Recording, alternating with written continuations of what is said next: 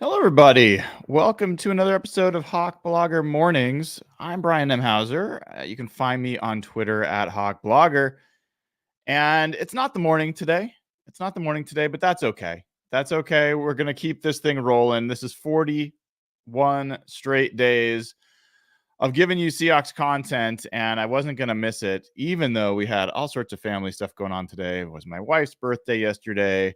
Did a little bit of an early Mother's Day for my mother-in-law down in Olympia. I just got back and gonna roll in here and do a show. We're gonna see just how much there is to cover. I've got a bunch of topics, but I think for today I'm gonna limit it. I want to limit it and focus on one question that has been kind of rattling around my brain for a while, because I think one of the players that we speak the least about, who is the most important to the success of the Seahawks, is the number 9 overall pick from just 2 years ago, Charles Cross, our left tackle. And people talk about him in different ways. People talk about him in the sense of, well, he's a bust. He's no good. I've heard that from people. I've heard people say, "Oh no, he's actually one of the better left tackles in the league." I've heard people say, "Well, he's young and he's developing, and so he's doing just fine." I want to spend a few minutes today actually looking at some as objective as you can get of various numbers, and none of them are perfect. We're going to look at a few things to assess Charles Cross. I would love to look at tape with all of you, but I have not yet figured out the magic formula for looking at live video with you all without it ending up causing a copyright strike against against the show. So you're going to try to not do that, but I think that's an important way to think about it. But before I get into a little bit of a Charles Cross conversation, I want to thank you all. I am so appreciative and so grateful for all of you who have subscribed to this channel. When I started doing Hawk Blogger Mornings, like I said, this is episode 41. So just a little over a month ago, we were down around 9,000 subscribers, whatever it was. It was not a, it was 92. I don't know, whatever it was. And we have just grown in leaps and bounds this month.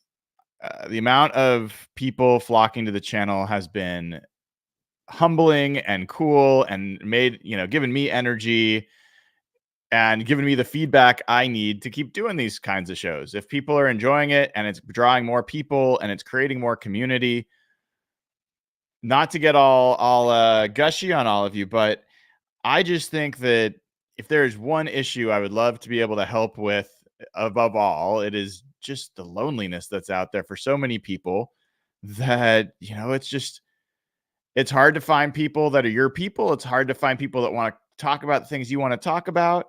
And I love that we're starting to build a community here. A lot of folks that have become subscribers have also become YouTube members. And I think that's really, really cool. And I've gotten to know them a little bit better. And I think they've gotten to know each other a little bit better. And so that's another way that we are creating some community.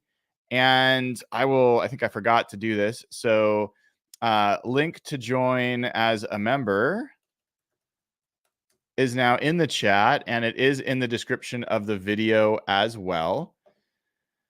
So yeah, I'm just really, really grateful, really appreciative for all of you that have supported what we've been doing and tuned in and all that good stuff. So appreciate you a lot, and for subscribing and supporting the show, supporting the channel, all that good stuff. All right. Now, I do see a lot of comments here, and I'm so excited. I mean, it's so cool. I mean, I got to say, to just drop out of the car in the rain and come in here and decide, yep, we're going to do a show, and yep, we're just going to talk about Charles Cross. No prior awareness for anybody, and we've already got folks in here, dozens of folks, and hopefully we'll see even more as it goes on joining. That's really cool. And hey, happy birthday to Andrew Pitzer. It sounds like it was his birthday yesterday as well. happy birthday to you, Andrew. Happy belated. Hope you're having a great weekend. Um, and appreciate comments here from Keith Kessel. Thanks for the hard work. You're welcome. And congrats, Brian, on 10,000 subs from Metal Dragon. Thank you. Appreciate it. And hey, Ocean, just subbed. Thanks for being a real human. That is about as nice of a compliment as you can receive in this day and age. So thank you for that. I honestly do my best. Try to be authentic.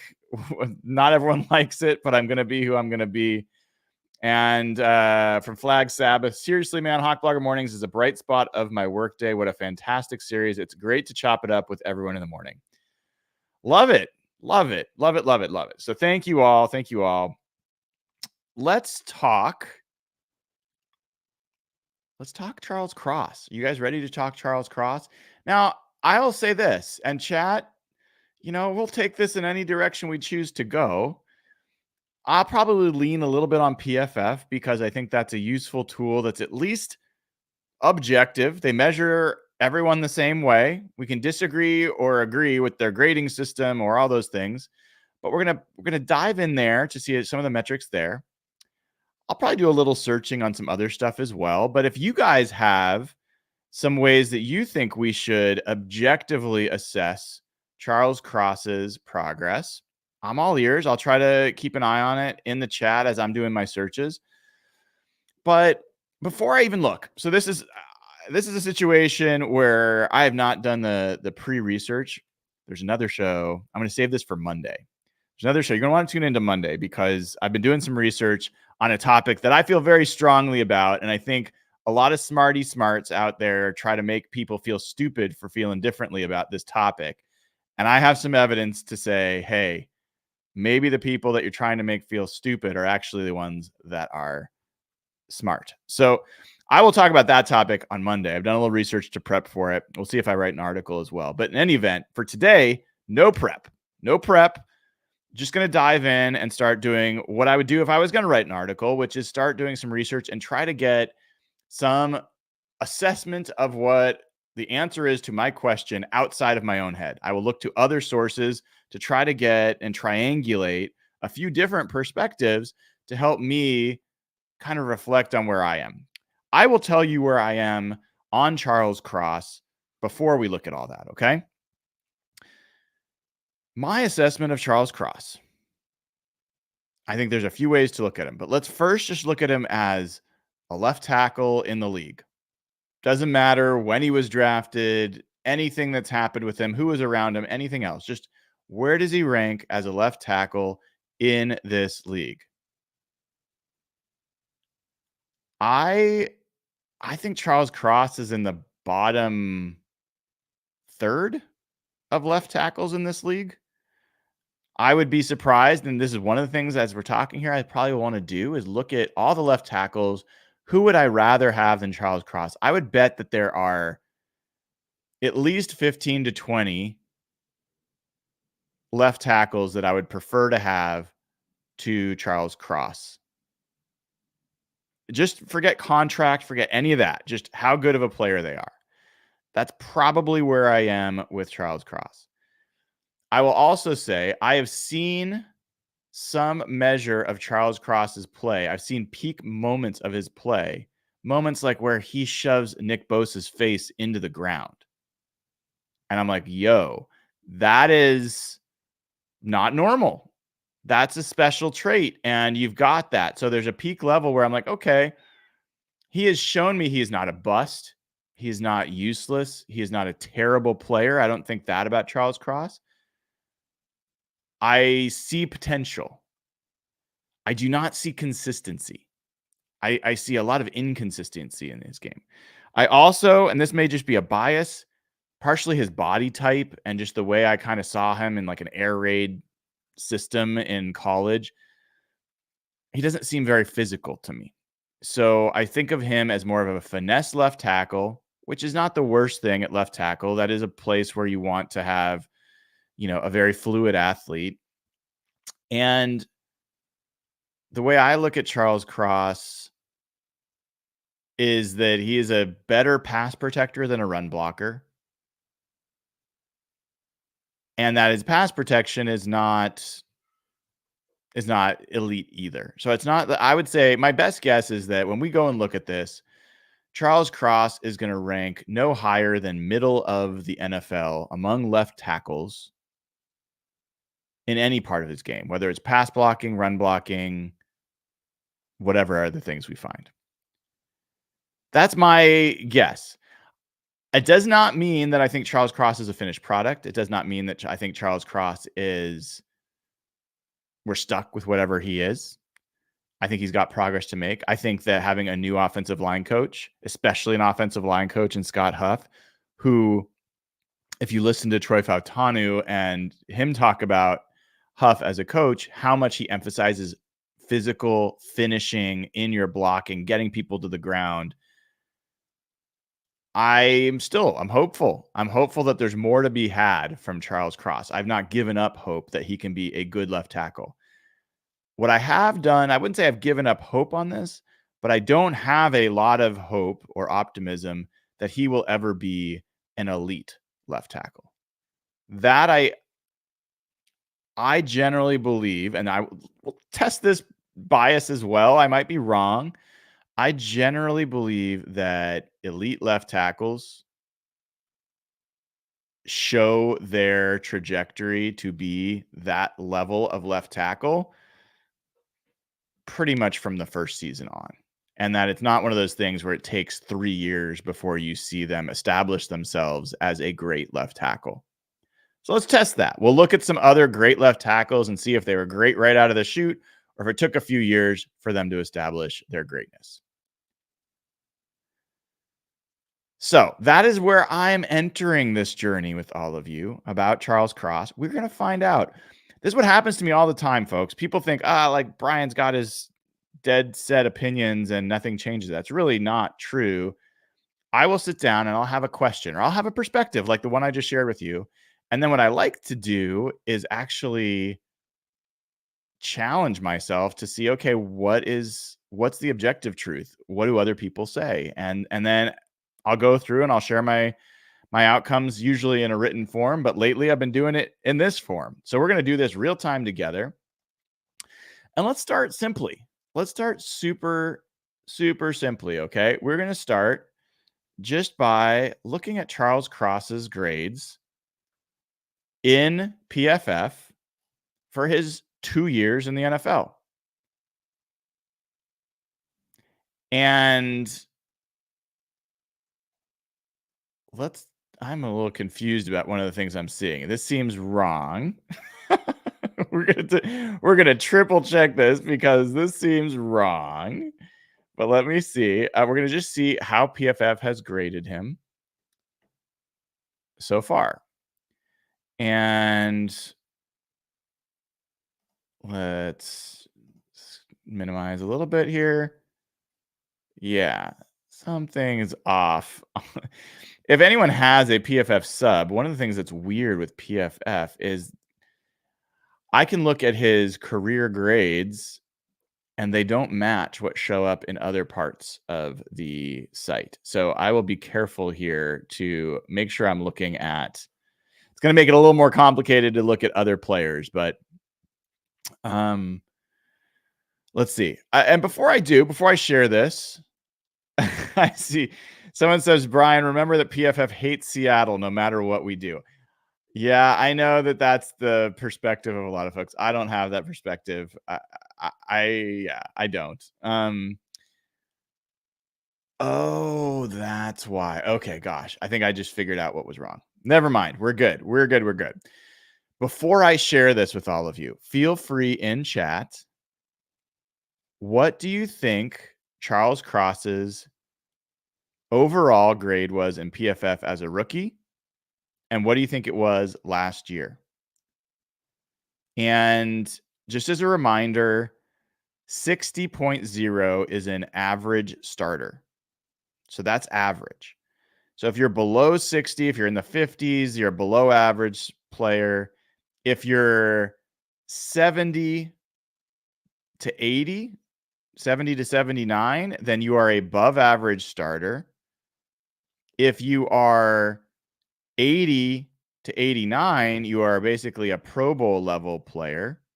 If you are 90 and above, you are an all-pro, one of the very few elite players in the league at your position. Okay? 60 average, 70 above average, 80 Pro Bowl, 90 all-pro. So we're getting some guesses in here in chat. Chronos 1009 says 60 to 70-ish. Zach Crisp says 80 as a rookie. K Soon Soon says 60 to 63. Shane Jeremy says 70. Zach Crisp says last year 60th because he was injured. I don't know how to pronounce Ngaush. Let me know on pronunciation there. I'll try to get it better. If you give me a phonetic spelling in your next chat, I'll try to spell that or pronounce it better. It says around 65. Hawks fan Matt Man, one of our members here. Thank you for being here always. Hawks fan Matt Man. He says 65, and then I'm guessing his second year is what he has the comma, and then 65 and then 58. Metal Dragon has 63 and then 61. Cave Troll says, knowing PFF, 52 to 55 for rookie year and 49 to 52 for last year. One of the interesting things is almost all of you have him going down in his second year. Not all of you, but some of you that put 2 years worth of grades, you have him going down. So you perceived him to be worse last year than he was as a rookie. All right. The actual answer is he had a 63.1 grade overall as a rookie. 63.1, so above average. And as a second year player last year, he went up a decent amount, 67.6. 67.6. So he went from 63.1 to 67.6. Both of those grades solidly above average. Okay, so this is not a guy. I'll give you another example of the kinds of players the Seahawks have had on the offensive line. You know, Evan Brown was a 55 grade last year. Damian Lewis last year was a 59.6. Anthony Bradford was 51.7. Phil Haynes was 52. So, you know, Jason Peters was 53.9. Charles Cross was the best offensive lineman on the Seahawks by PFF grade last year. All right. He is the only one of all the offensive linemen that played for the Seahawks last year that was even average, let alone above average. Let's go back a year. Let's check on 2022 and see again. In that case, in that year, as I told you, he was 63. He's over 63. Damian Lewis that year was a 72.5. So he was a solidly above average starter in 2022, according to PFF. Abraham Lucas, who I think we all felt had a better rookie year than Charles Cross, he has a 68.4. Gabe Jackson was 54.8. Phil Haynes, 57.1. So on and so forth. So this is part of why I don't feel like PFF is so awful and so off on their grading. Do I feel like Abraham Lucas was a better player in his rookie year than Charles Cross? Yes. Do I think he was like a million times better? No. And PFF has a difference there. Abraham Lucas, 68. Charles Cross was 63 as a rookie. The Damian Lewis grade, guards are hard. I mean, I have to trust some of the way that they assess that because it's just really hard to, as a fan, to just keep track of that. And I don't watch the plays back enough. I never felt like Damian Lewis was above average, but I can't talk out of both sides of my mouth. So they've got him graded there. It also demonstrates that they don't only grade negatively for Seahawks players. All right. But let's go a little deeper for a second. And then let's talk about, well, do we feel like Charles Cross is a better run blocker or pass blocker? I told all of you, let me clear my throat real quick.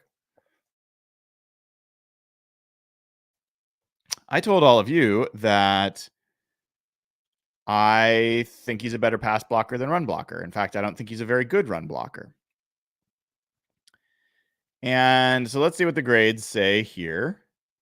As a rookie, he was pretty even, actually. 65 pass block grade. So that's, again, solidly above average.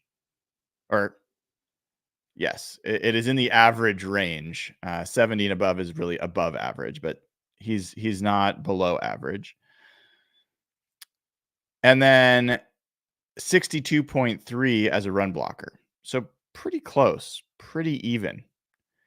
Last year, he went up to a 69.7 pass block grade. I think that's pretty encouraging. That is getting to above average pass starter as a pass blocker. That's nice to hear. And run blocking dipped, went down to 58.3. So below average as a run blocker, approaching essentially above average as a starter for pass blocking. And this was last year. Generally tracking with my perspective, and we'll see from there how it goes. I will say I talked about him being inconsistent. As I look through his season last year, how many games did he play where he was graded, let's just say above average, above 60? Let's say above 60. You guys have a guess? I'll tell you, he only played, let's see, one game was a half of a game, but we'll count it anyway. 3, 4, 5, 6, 7, 8, 9, 10, 11, 12, 13. Played 14 games last year. Out of those 14 games, how many of them do you think he was graded out by PFF to be above 60? Out of the 14 games, it was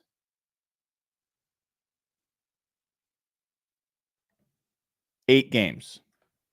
Not bad. How many of those games do you think he was graded to be an above average starter, 70 and above? Out of 14 games. Out of 14 games, he had 5 games where he was graded up at 70 or above. His best game of last year, he got an 81.3 grade against the LA Rams in LA. He actually had a 90.7 pass block grade in that game.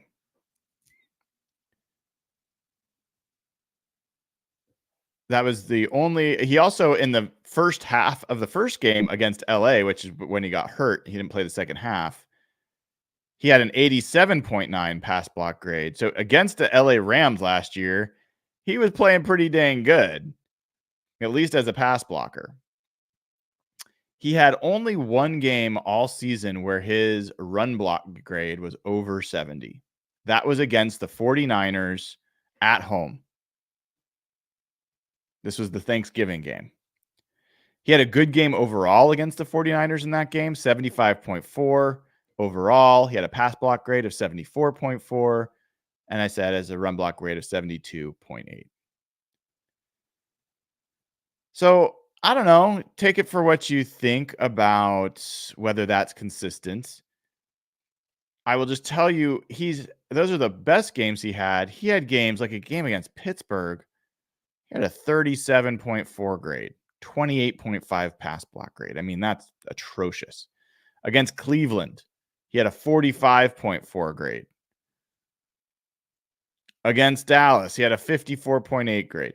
So this is where I think maybe I consider inconsistent. Now, I think a lot of us have been lucky to see Walter Jones play. And this guy was just there was the saying that his coach would say that Walt would just put the guy in a paper bag and set him on the shelf for the game because you just erased whoever Walter Jones was playing, no matter what season, no matter what game, location, didn't matter. Walter Jones was the same dominant player every single game, every single snap.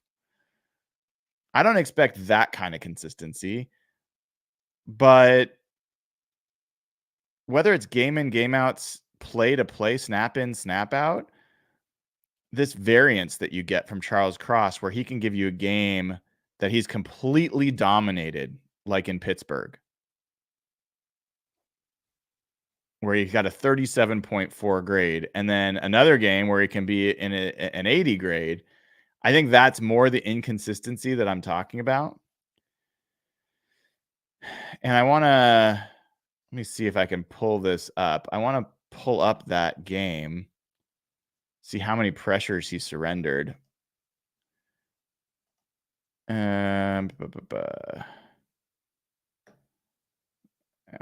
going to make me do a bunch of jumping around. Hold on one second. I'm going to pull up that Pittsburgh game. This is the week 17 game. Just tells you how painful, how much pain I'm willing to tolerate. This game is what made me go on Twitter, well, actually go on the show and give a huge rant. But let's take a look. All right, so in that game, Charles Cross, pass blocking. Yes, okay. Pass blocking. Well, would it help you to know that Charles Cross wasn't even the worst graded offensive lineman in that game? Actually, sorry, that was 2022. Let's do this again. Seahawks. Pass blocking. There we go. Yes, he still was not the worst graded pass blocker in that game. He had a 28.5 pass block grade. Abe Lucas had a 23 pass block grade. Stone Forsythe had a 7.1, and Evan Brown had a 0.0 pass block grade. God, they just got so dominated in that game up front, and it was so hard to watch. That's got to be a never again kind of game. In any event, Charles Cross, in 37 pass block snaps, gave up 9 pressures. He gave up more pressures than any other player on the line in that game. And what's worse is when they were in a true pass set, when he knew that they were going to be passing and he could just not have to worry about anything other than preparing to kick out for being a pass protector, he allowed 7 of those pressures in that situation. So when a guy knew he was going to be able to pass rush and did not have to honor the run, he just dominated Cross in that game. And by the way, I'm pretty sure, not 100% positive, but I can just check real quick. Very easy for me. I'm pretty sure TJ Watt didn't even play in this game. He did play. I'm wrong. Ignore me. I'm wrong. But yeah, I thought he didn't, but he did. Interestingly, TJ Watt plays mostly on the left side of the line. So this was mostly Alex Highsmith, I think, that was creating those pressures in that game. Anyway, so like the fact that you can go into a game knowing that your left tackle could be completely overwhelmed already puts Charles Cross in a different tier for me of not elite. Elite left tackles do not get dominated for entire games. They might lose a rep, but they are not going to lose for an entire game. Charles Cross can do that and has done that. But let's now get into some relative rankings, okay? Let's look relative. So that's just looking at Charles Cross in and of itself, in and of himself. Let's look at where did he rank relative to other guys in the league?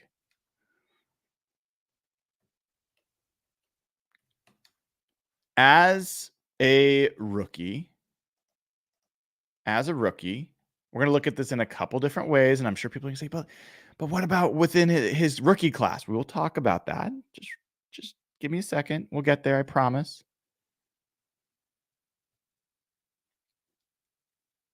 I want to look at where was he relative to the league. And I'll limit it to people that got at least 20% of the high number of snaps. So you're talking about at least, what does this look like? At least 400 snaps, 300, at least 300 snaps in the NFL as in 2022. So this would be his rookie year. I wish I could limit to just left tackles. I don't think I can, unfortunately. Actually, wait, I think I can. Never mind. There's a way I can do this. And in fact, I'm going to go ahead and download. I'm going to do this thing just for all of you because I love you this much. I'm going to download a CSV so I can actually filter it in real time and do a little bit more heavy lifting than I can in the browser. All right. Yes, import data. Yes, create the spreadsheet. Yes, open it now. All right. So now, let's create a quick filter. Let me limit it to, what does it say? Left tackle. There we go. There we go. Okay. Create a filter by condition greater than or equal to 350. Okay, so now I've only got left tackles, and now I'm going to sort by grade and descending order. Folks, now we're cooking with gas. All right, this is 2022. Okay. 2022 rankings. And let me, that's all right. I'll just have to, will I be able to, let me try to do something real quick. One more thing. Gonna see if this works. Oh, good. It's working. Try to get the appropriate rankings in here. Okay. All right. So there are 34 left tackles that qualify that have at least 300. I think I did 350 snaps. I think that's what I did in 2022. Out of 34 tackles, left tackles in the NFL, where did Charles Cross rank in total grade? Out of 34 left tackles,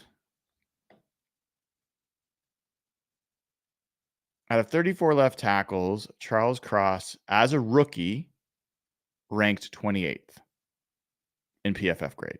That was overall grade. But the only guys that ranked worse than him were Jedrick Willis Jr. of Cleveland, Dan Moore Jr. of Pittsburgh, Jonah Williams of Cincinnati, Donovan Smith of Tampa Bay, interestingly, Dwayne Brown of the Jets, and Dennis Daly of the Titans.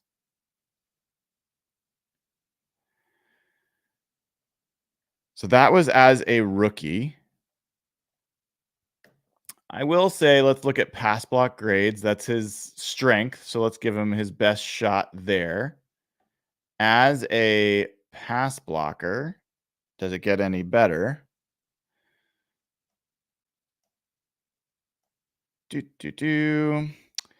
As a pass blocker, no, it does not get better.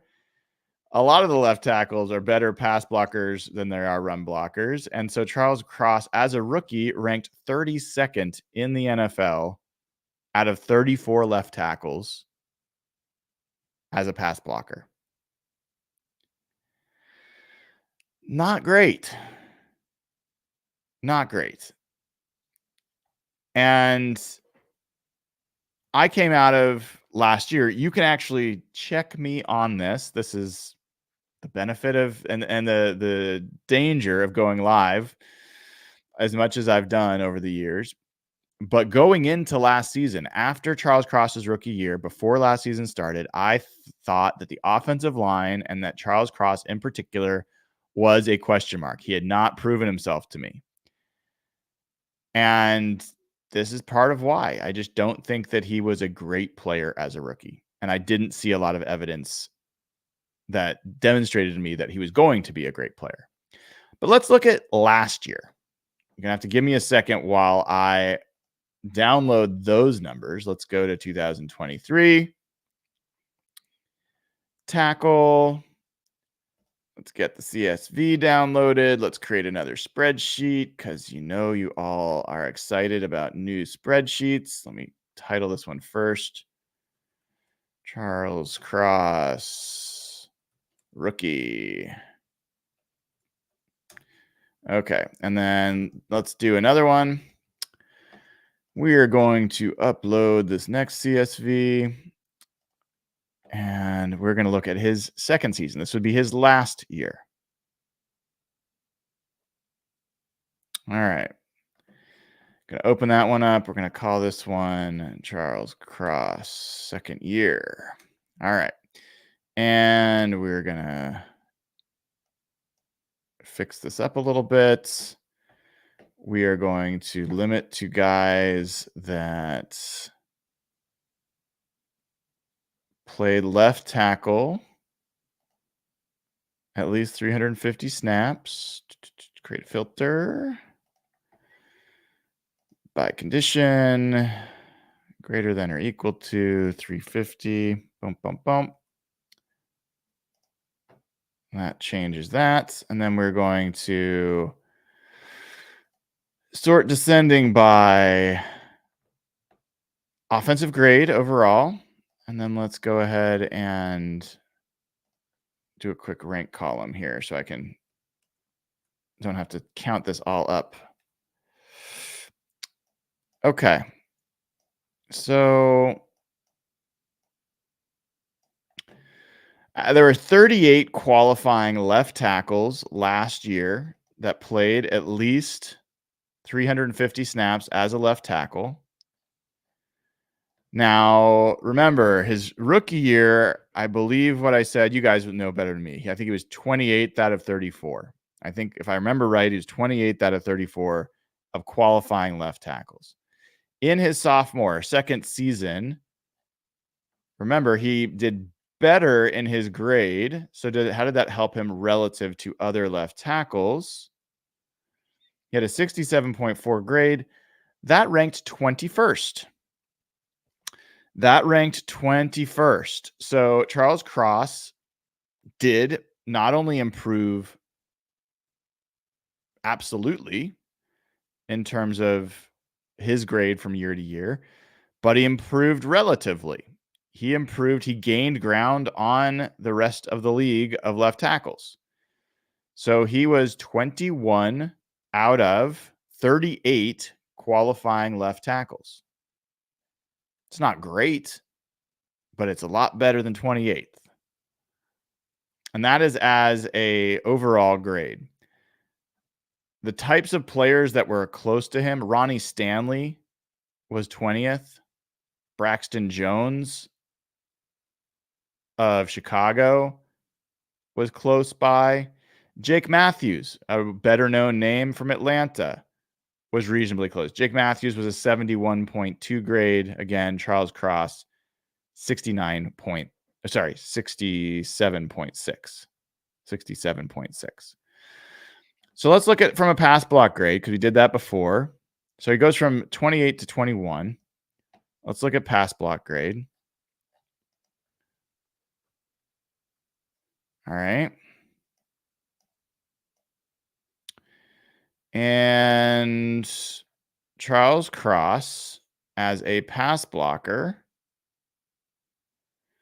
similarly ranked 22nd in the NFL among left tackles in pass block grade.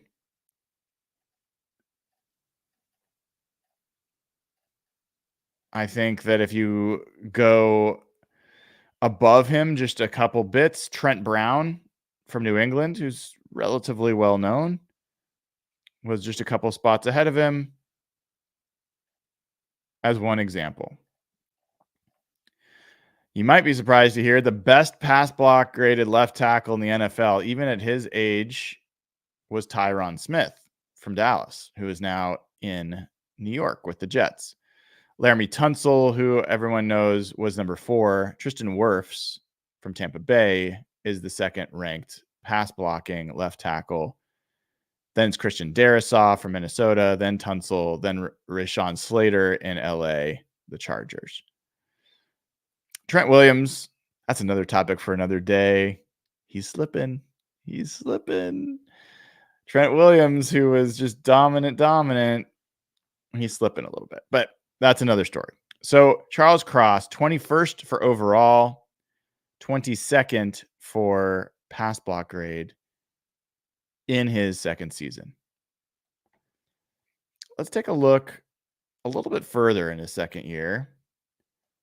We can look at, what are our options here? We can look at pressures allowed. We can look at sacks allowed. He allowed 6 sacks.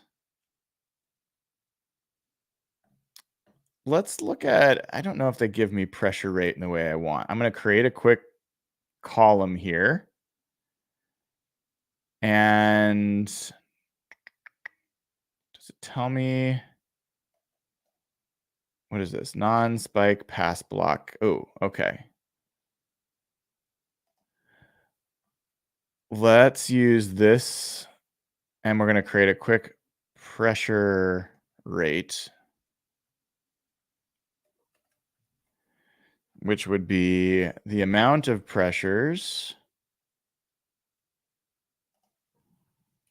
divided by non-spike pass rush snaps. Is this fascinating for you guys? This is, I don't mind wasting time doing this. I get interested. So if I get this dragged down for everybody else, and then I descending order that. Oops, actually, I'm going to want to do ascending order in that case. Interestingly, Teron Armstead actually comes out on top there. So it's a different ranking. If you just look at pressures allowed per pass rush or pass snap. Charles Cross, where does he rank? Where is he? Where did he go? Ooh, not great. Not great. He's 29th in the NFL out of 38 qualifying left tackles in pressure rate from last year. And if you're curious what his pressure rate was, out of the 517 non-spiked pass snaps, he gave up 42 pressures, which equates to an 8.12% pressure rate. Like, that's not great. Not great. To give you an idea, Teron Armstead was the best. He gave up a 2% pressure rate. Tristan Wirfs gave up a 3.3%. Tyron Smith with 3.7%. Trent Williams, 3.8%. So you're talking about Charles Cross giving up more than double the pressure rate of the elite left tackles. So that's a problem. That, like, if you're not going to be a dominant run blocker or even a good run blocker, you better be a good pass protector. And I just haven't seen it from Charles Cross to where I'm like, yeah, this guy's the guy. So encouraging that his grades have gotten better, but that pressure rate is not great. Let's look at some other things that might give us additional perspective. All right, there is pass blocking in particular that we can double click on. Let's see if we get any additional info from this. And I hear people asking, this is good. We can do this as well. Remind me if I forget, the next thing I want to do after I look at this pass blocking group is to look at one, I will tell you where his particular rookie class is doing, not just the ones that were drafted ahead of him, but all the tackles that were drafted in his year? How are they progressing? I'll do that for you as well. But then I also want to start looking into, of the left tackles that are very good, were they good right away? I think that's a pretty important question for us to kind of look at, and remind me if I forget to do that, okay? But before we do that, I'm looking here at some additional pass blocking data from PFF. Is any of this interesting enough for us to do more with it? At first blush, my answer is no. No, it is not. But let's take a look. Pressures allowed.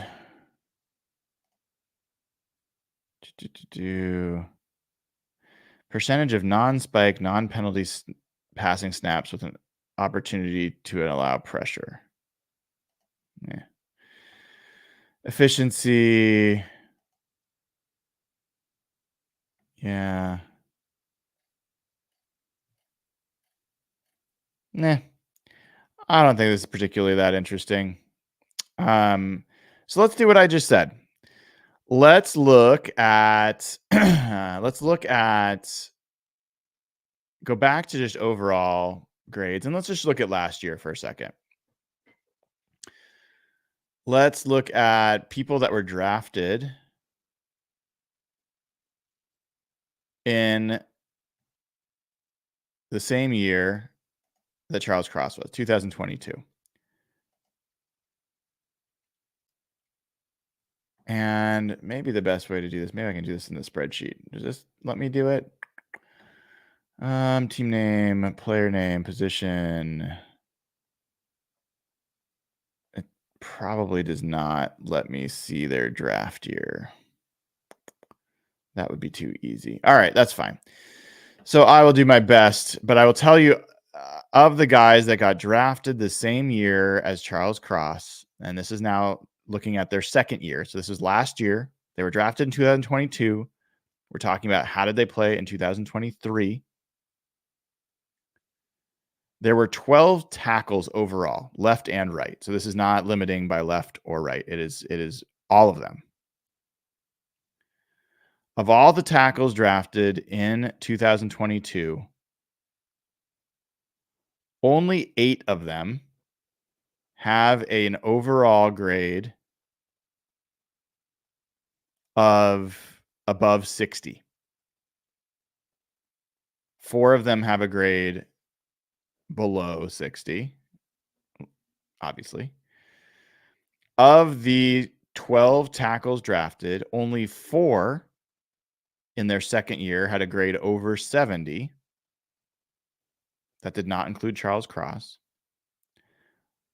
Charles Cross, out of all of his draft class that were tackles, this is, again, not just left tackles, but all tackles, Charles Cross ranked 6th last year in overall grade with a 67.6. The guys that ranked above him, Bernard Raymond, a tackle for Indianapolis, Zach Tom, tackle for Green Bay, Thayer Munford for Las Vegas, Luke Godecki for Tampa Bay. Pretty sure that most of these guys are right tackles. Let me double check on. I think Tom might be. No, Tom's a right tackle as well. Let's see. Bernard Raymond. Bernard Raymond is a left tackle. Bernard Raymond is a left tackle. He was drafted in the 3rd round, pick 77, for what it's worth. Central. No way. Central Michigan Chippewas. 6'6", 303. So he is the guy, out of all the left tackles, he is the guy performing best so far. Thayer Munford, he's played both left tackle and right tackle. So he's another guy that's in the class that's done better than Charles Cross. Luke Godecki is a right tackle. Braxton Jones is a left tackle. He was drafted in the 5th round, pick 168 out of the Southern Utah. He's a Southern Utah Thunderbird. So that is 3 guys in his draft class that have played left tackle that are grading out better than him. Braxton Jones is pretty much grading out the same, but still, Braxton Jones was drafted in the 5th round. Charles Cross was drafted 9th overall. One thing I will say with Charles Cross, he is younger. He's 23 years old. He was 21 when he was drafted. So there's still some development going on relative to some of these other guys. Bernard Raymond, the guy who's playing the best, he is almost 27. He's over 3 years older than Charles Cross. Don't know how much that has to do with it, but worth calling out. The guys, though, that were drafted ahead of Charles Cross, Ikem Ekwonu by Carolina. He grades out worse than Charles Cross. He's basically the same, to be honest, but 67.4. And Evan Neal, who I will admit, I really wanted Evan Neal. I thought he was going to be very good, and I have been very wrong so far. He has been a disaster for the Giants. He graded out at 39.8 last year. Just a total disaster. And then there's another guy that a lot of folks were really excited about among Seahawks fans, Trevor Penning. Trevor Penning was drafted in the 1st round as well, but he was picked number 19. He also had a terrible year, 53.6 in his 2nd year playing left tackle. So relative to his draft class, Charles Cross is kind of in the middle. But the point that I say there is there's guys that are already pushing mid to high 70s and low 80s in their 2nd year. So I'm not sure you can make the case that, hey, it's just his 2nd year. It's not reasonable to expect him to be better than this. He's doing just fine. You guys might think I'm crazy. You guys might be like, oh, this is a straw man. No one's. I'm telling you, I get people in the chat, other places telling me Charles Cross is doing just fine. He's young. He's in his 2nd year. He's among the best young tackles in the game. I don't know. You're going to have to show me the evidence to say that that statement's true. What I think is true so far is that Charles Cross is not one of the best left tackles in the game. Or one of the best young left tackles in the game. He's not either one of the best young or overall. What I think is that the evidence shows that Charles Cross is improving, but is mediocre.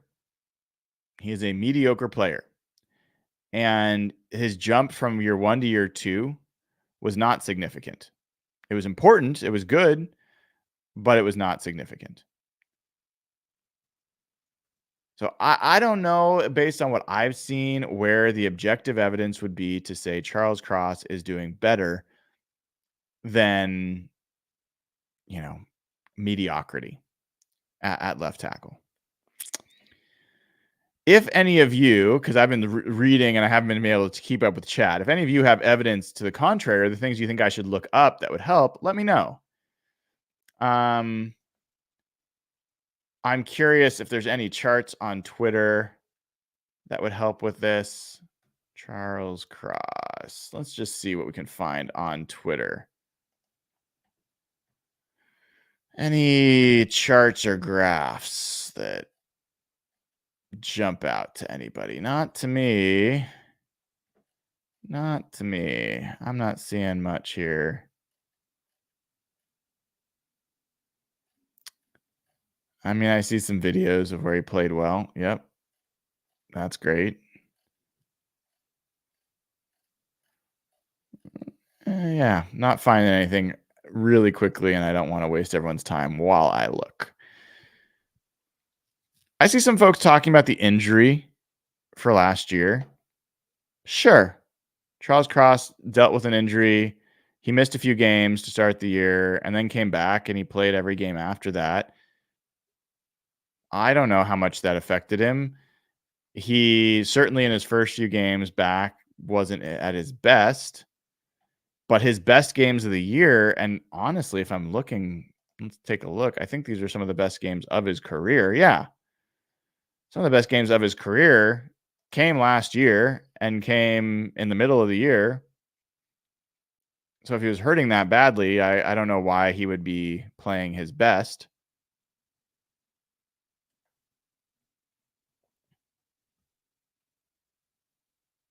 But yeah, I think sorry, working on something real quick with a family member. One more second. So I don't think it's enough to say that injury was the major issue. I think if we're being honest with each other as Seahawks fans, the issue is just that he hasn't been that good.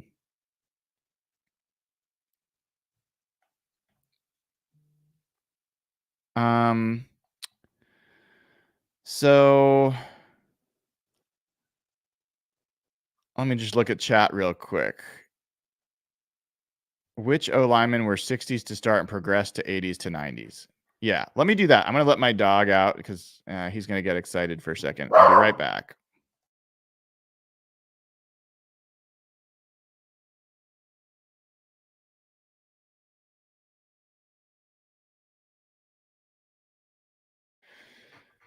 Okay.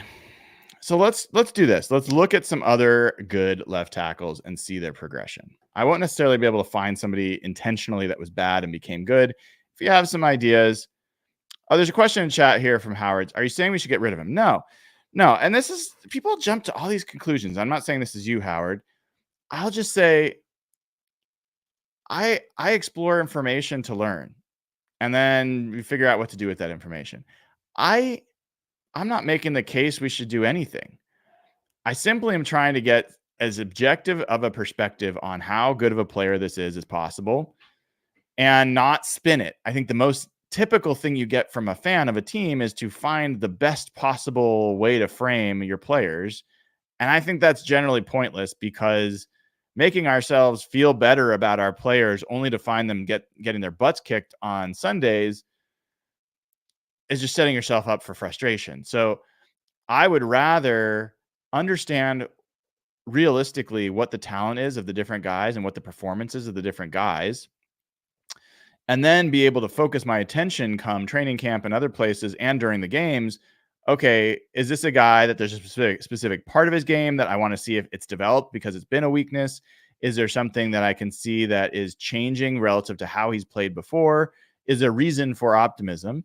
That's primarily what I'm after because I would love to believe, and this is what we're going to do next. I would love to believe that there's a strong case to be made that there's a path for players to go from being, in their 60s as a graded offensive lineman to being in the 80s or something like that. That'd be fantastic. I don't know if we're going to find it. We're going to take a look. But no, I'm not saying we should get rid of him. I do think that the Seahawks may have been unlucky in the year that they needed and chose to get their left tackle. And for example, if they had needed their left tackle this year, they would have been in a great position to get a left tackle. There might have been a number of left tackles that went in the first round this year that are going to be better than Charles Cross. Don't know. We will find out together. And I would also say I would hope the Seahawks would not just fall for sunk cost fallacy around, okay, we spent a 9th overall pick on this guy. We're going to give him every chance, like 8 years to prove himself. He's got this will be his 3rd year. I would love to see him earn a 5th year option, which will be expensive as a tackle and a first round pick. as of right now, I don't think you can make the case that he is worth a fifth year option as a rookie. So those are kind of the things that are like I'm kind of wondering about. I'm definitely not here trying to make the case that you should get rid of Charles Cross. I do think the other thing I will say before I do the next piece is the other thing that people do by having an overly sunny view of players is then you rob the coaches of opportunities and the players to show their impact to improve. So if Scott Huff comes in here and takes what has been a very mediocre Charles Cross and turns him into a much better left tackle, that is a big deal and something to know about our offensive line coach that could have implications for other things down the line. So mostly I'm always just trying to get an objective perspective on the players. All right. Now let's have some fun. Let's look at other guys that are good offensive linemen. All right. Let's even, you know what? Let's not start with the tippity top. Let's start with Russell Okung. Okay. Russell Okung, another Seahawk. He did make a Pro Bowl. He did play left tackle. He's gone a little bit off the deep end as far as I'm concerned. But let's just take a look at the guy. How did his career grades progress? He was another top 10 left tackle that the Seahawks picked, the first pick of the Pete Carroll, John Schneider era. Well, as a rookie, he had a 69.9 grade. Remember, Charles Cross. Charles Cross, I'll just keep referring back to this. Charles Cross had a 63.1 grade his first year, 67.6 in his second year. Russell Okung in his second year, 69.7. So he actually took a step back in his second year, but basically played the same. And then in his third year, and I believe that was his Pro Bowl year. Let's look it up. Russell Okung Pro Bowl Seahawks. Yes, 2012. How about that? So PFF is not the craziest place. Everyone's so negative about their grades. But anyway, he went from 69.7 in his second year to 78.4 in his third season. So Russell Okung he's an example of making some progress, and he even had an 87.3 pass block grade as a third-year player. That was a huge leap from 68.5. I think that's encouraging. Encouraging to see. I will say, though, Russell Okung was very consistent. I mean, his grades, his lowest grade with the Seahawks was 67.6. He only had two other grades under 70, and one was 69.9, the other was 69.7. Every other year, 78.4, 71.4, 77.1. Then he went to Denver, 74.0. Then he went to San Diego, 78.4, 79.3. Russell Okung was the definition of a above average starting left tackle. Not elite,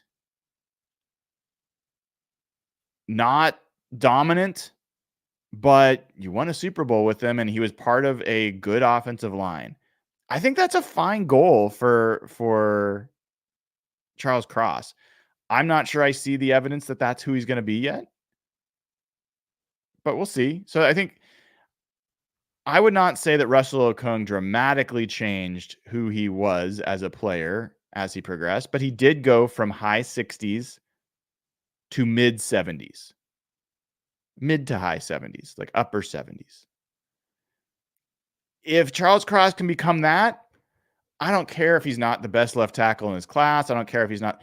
If you can be, just as an example, for last year, if we go back to overall grades and we go to how many guys had grades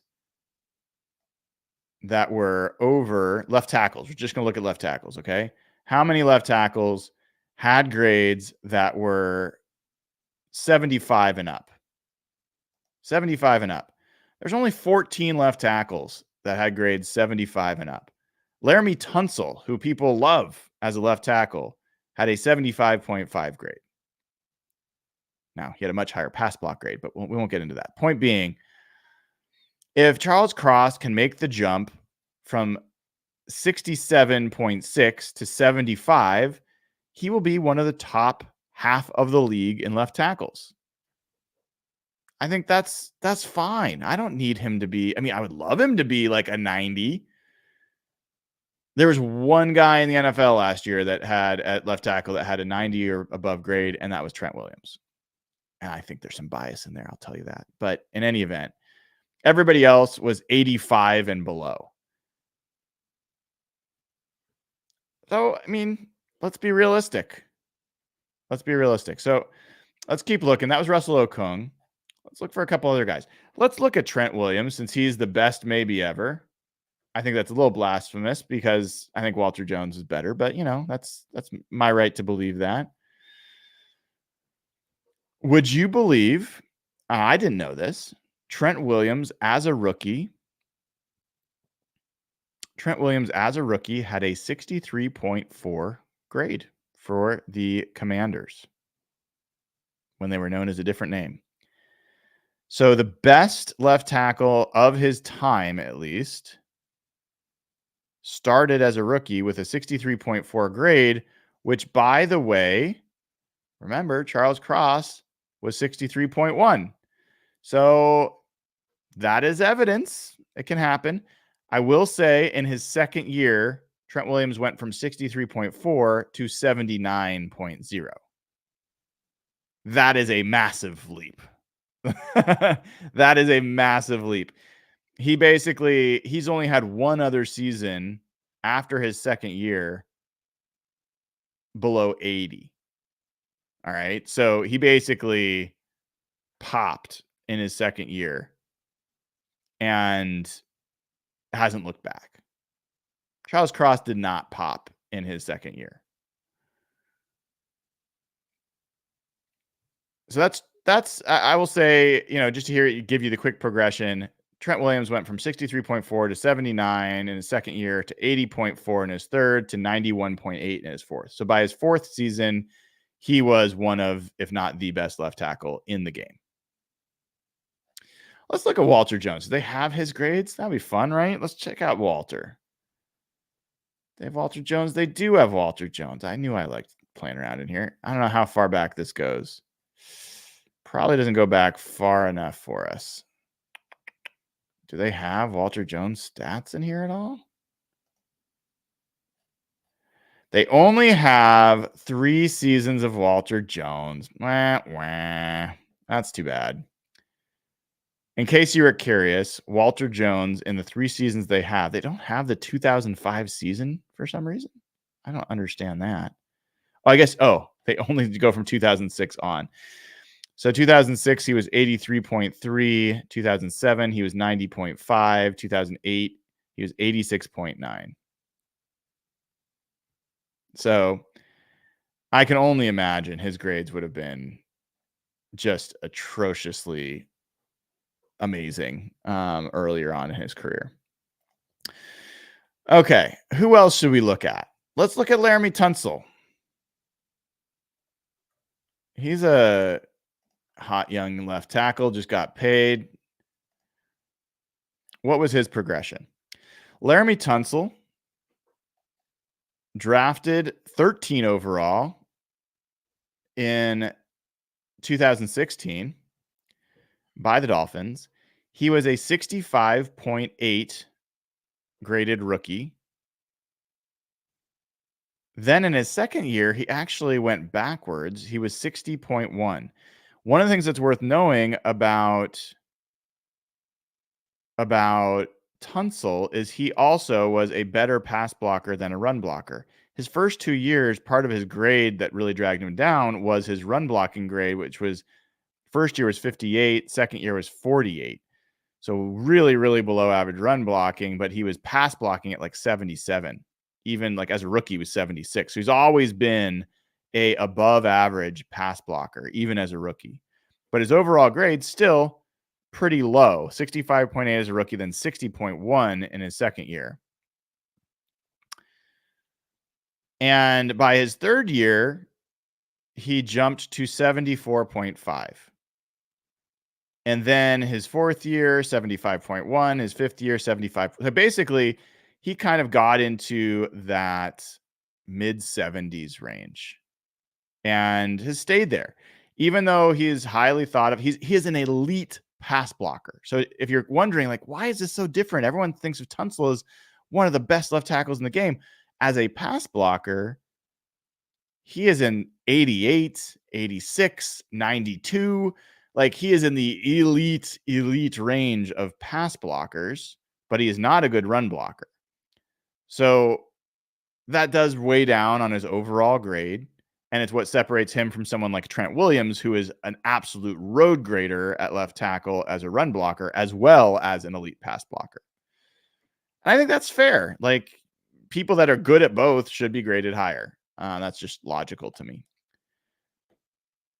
I see a lot of nice comments in chat. Sam says, love the work you and your team do. Thank you so much. Zach, you said, did I read your message about Huff? I did not. I'm sorry. I've been not able to keep up with chat while I've been reading these other things. Ethan Toth says, been watching with my dad since you started, Brian. Love the morning podcast. Figured it was time I subbed. Well, hey, man, thank you for subscribing. I really appreciate it. Now we got to 10,000 subscribers. You know I want 20. Like, let's get this thing as big as we can get it. That would be fun. All right. So who was saying... Zach Crisp. What did you say, Zach? I'm scrolling up to try to find out what you said. Maybe say it again, if you don't mind. I'm going to scroll down to the bottom now. All right. So I see Andrew Thomas is a guy that people want to see. Let's look at Andrew Thomas. He was picked 4th overall in 2020 by the Giants. He had, as a rookie, a 62.4 grade. In his second year, he jumped up to 78.9.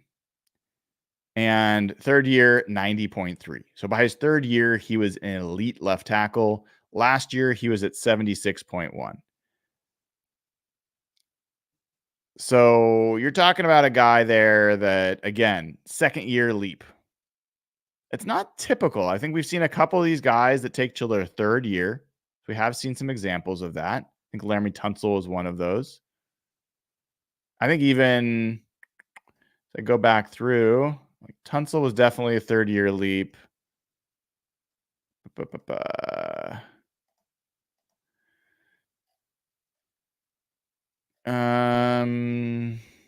Trent Williams was a second year. Okung was a third year leap. So Okung and Tunsil were both third year leapers. We want third year leapers because that's what Charles Cross needs to be. Someone said Lane Johnson. I'd like to stick with left tackles if we can. I'd like to stick with, I see Taylor Decker. I think I've seen that from a couple people. I thought he was also a right tackle, but let's pull him up. No, he's a left tackle. I'm wrong. Good. Taylor Decker was drafted in 2016, 16th overall by the Lions.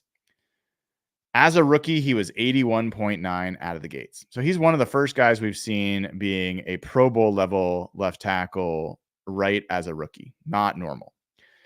Second year, he dropped down to 65.3. So technically, Charles Cross had a better second season than Taylor Decker did. Third year, 70.6. So not great. Fourth year, 75.9. And really, after his fourth year, he's been 75 or greater. He has a couple years where he's been above 80, including last year, he was 81.1. So you could kind of make the case. I mean, he was a first year pop. So I think saying he's a third year guy, like he didn't really hit his stride until his fourth season, though. I think it's fair to say he did not become a consistently excellent offensive tackle until his fourth year. I wouldn't argue with that. Someone wants to see Tyron Smith. Tyron Smith, this could be ugly because he's pretty elite. Tyron Smith drafted 9th overall, just like Charles Cross, in 2011 by the Cowboys, and he was an 80.2 grade out of the gates as a rookie.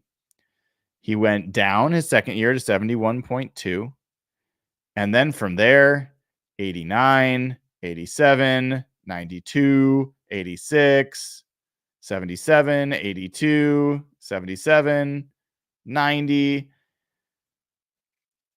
So yeah, he was good out of the gates, and it was really his third season that he established himself as the level of play that he was going to be able to sustain. So I wouldn't call him a third year guy, but I will just say there's some growing evidence as we're going through this that year 3 can be a pretty important year for a left tackle, and that these guys do seem to hit their stride a little bit more.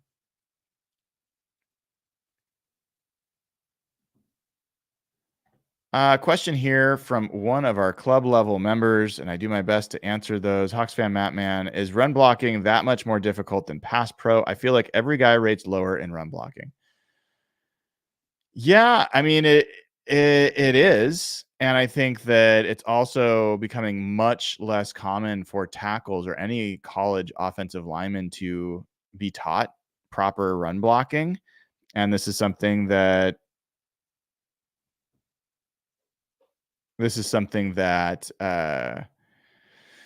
um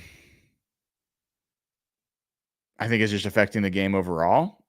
But run blocking it's tough, and it's tough to move people as opposed to just keeping people from getting behind you. I think that will always be a harder thing to do. And I think you can make the case that they should have a different scale of how to grade great run blocking because it's harder. But either way, it is, I think, a harder thing to do. All right.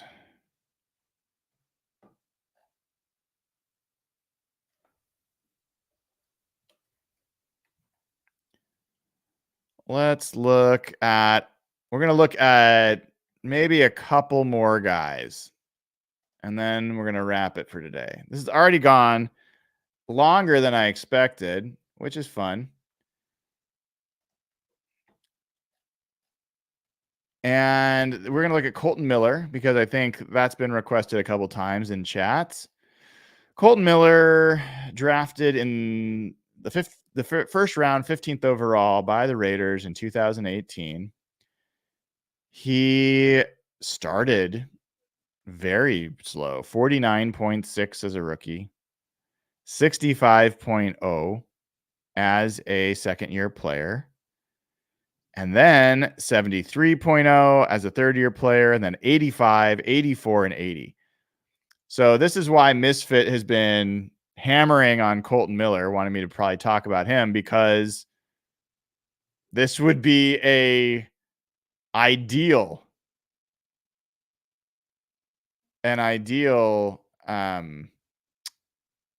guy for Charles Cross to follow in his footsteps. If he can go from being a 49.6 as a rookie to being an 80 plus, I mean, if Charles Cross reaches 80 plus, that's a home run. Home run. I don't think it's crazy to think he could do that, but it would take some excellent coaching, and it would take a level of professionalism where he is going to put in an effort to be like, if we get stories that Charles Cross has really taken this offseason seriously, doing things differently, that would be fantastic to hear. But like, we need him to make a jump.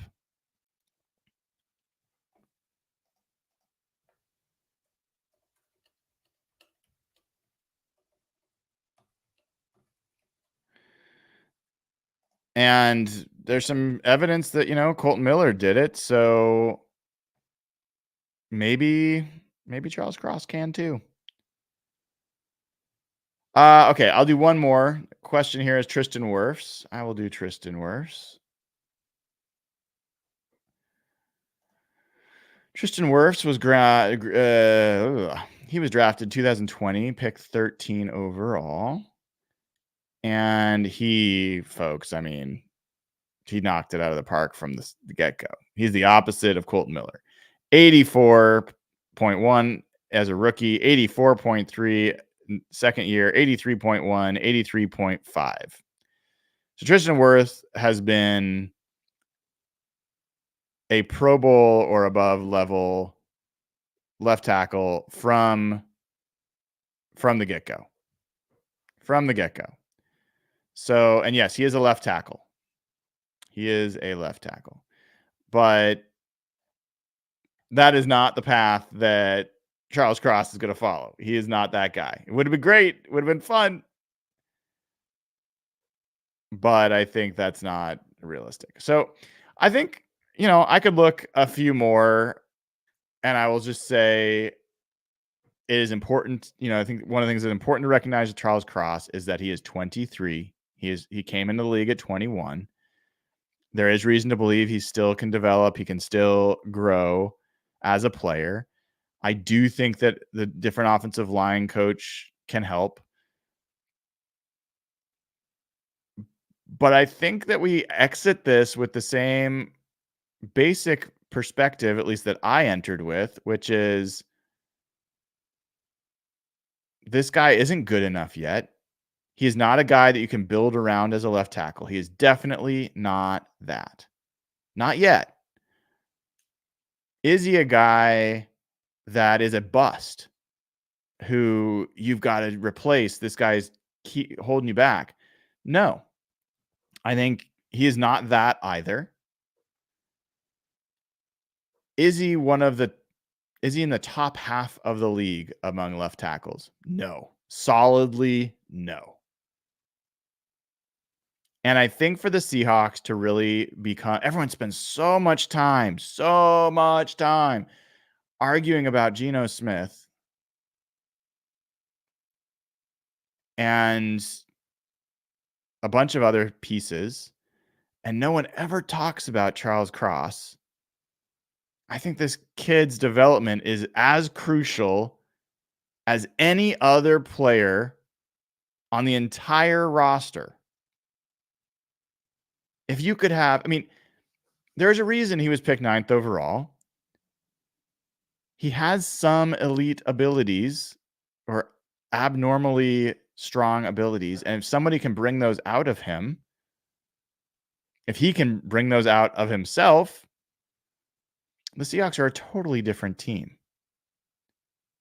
And one of the things that gives me a little bit more hope, other than the line coach change, is he's played some of his best football or shown some of his best ability against some of the best players out there, like Nick Bosa. If he was constantly just overwhelmed by elite players, I would just say, okay, he's got a ceiling and he's never going to be great. But I've seen him throw Bosa to the ground and just smash him.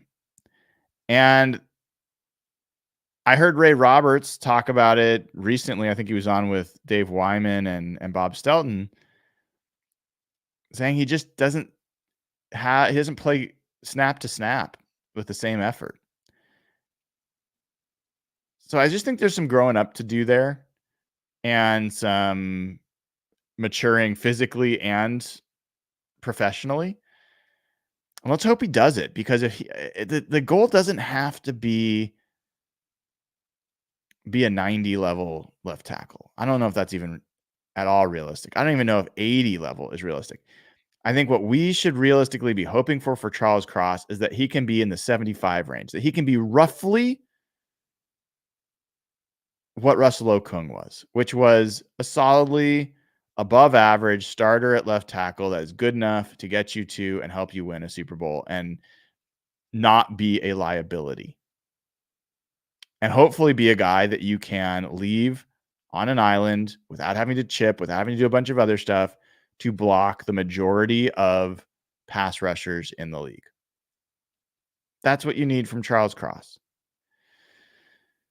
So I don't really care personally where the other tackles are that were drafted above him. I mean, I'm interested, but I don't really care. I don't care about the guys that were drafted after him, other than to just have some idea of where he is relative to people in the same level of experience are doing. Charles Cross is entering his third year, and this is the year that he needs to make a solid leap. And we've seen, we talked about some of these really good left tackles, and that the third year was a pretty important year in a lot of those cases. So I'm going to be watching him as closely as any other player because I think he is a real key to this team's ability to improve. All right, folks, that is it for today on Saturday, May 4th. May the 4th be with you, all that good stuff. I hope you enjoyed it. If you haven't already, please give the show a like, subscribe to the channel. We've crossed 10K. We're on the path to 20. I should make smaller incremental goals, but I just like the big numbers. So let's get to 20 as fast as we can. And if you are not a YouTube member, you should be. Click on the link that is pinned in the chat. Get you to be a YouTube member, get you a little emblem, get you to have more opportunities to ask questions and for us to talk during and after the show. And as well, go to patreon.com/hawkblogger, sign up. You get all the audio versions of this podcast. That is the only way to get the audio versions of this podcast. And as of this week, they're all available on Spotify as well. So you can listen to the Spotify versions of this podcast. The audio is better. You don't waste your battery with YouTube playing with the screen unlocked and all that nastiness. And you get access to our Slack channel where there's a lot of great conversations going on and a lot of other fun benefits. So patreon.com/hawkblogger. That is also a great way to support the show. Until next time, I'm Brian Nemhauser. You can find me on Twitter at hawkblogger. This has been another episode of Hawk Blogger Mornings. Take care, all.